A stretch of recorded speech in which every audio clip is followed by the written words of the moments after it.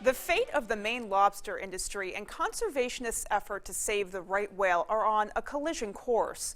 Numerous businesses related to the industry also rely on the fishery to fuel their success. They too now worry about the future.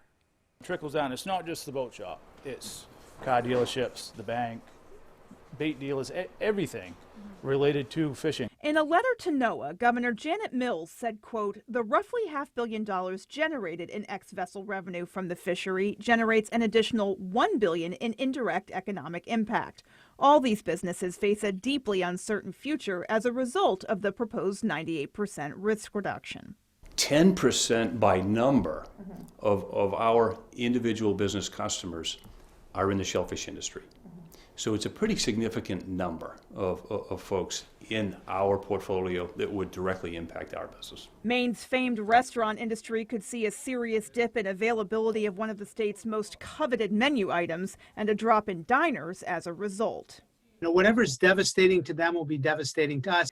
Dougal says Maine's restaurant industry was a $3 billion enterprise before the coronavirus pandemic hit, and recovery will be slow. We can't afford to not have any of the amount of business that we've had in the past for the next few years, because people are going to need to be digging out of the hole that the pandemic created.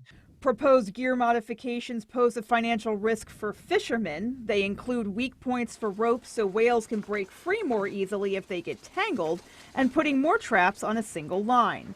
Lobstermen and officials say NOAA's plan also seems to call for a large-scale conversion to ropeless fishing technology, which they say has not been sufficiently tested and is not well suited to the conditions they fish in.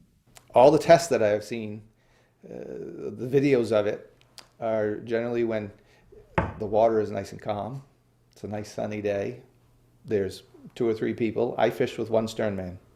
I haul 800 traps with one guy. They also say the technology could cost fishermen hundreds of thousands of dollars, something they can't afford. It's going to be large vessels with, a lot of investment that drive everybody else out. There's never going to be the impetus to change to it if the agency doesn't mandate that transition start happening. Kelleher says one of his greatest frustrations is not having a seat at the table for key conversations with Canada. When I spoke to a very high-ranking Canadian official, was more than willing to have us at the table, but the U.S. government has denied us access to those meetings.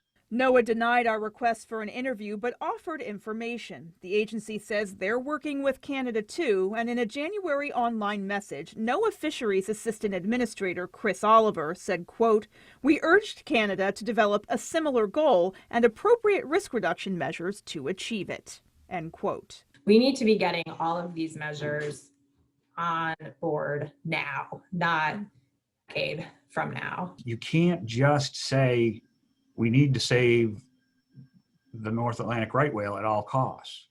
We need to save the North Atlantic right whale with measured approaches that are meaningful where they need to be made. Well, NOAA has to issue the final version of their draft biological opinion, which includes the conservation framework and risk reductions, by May 31st.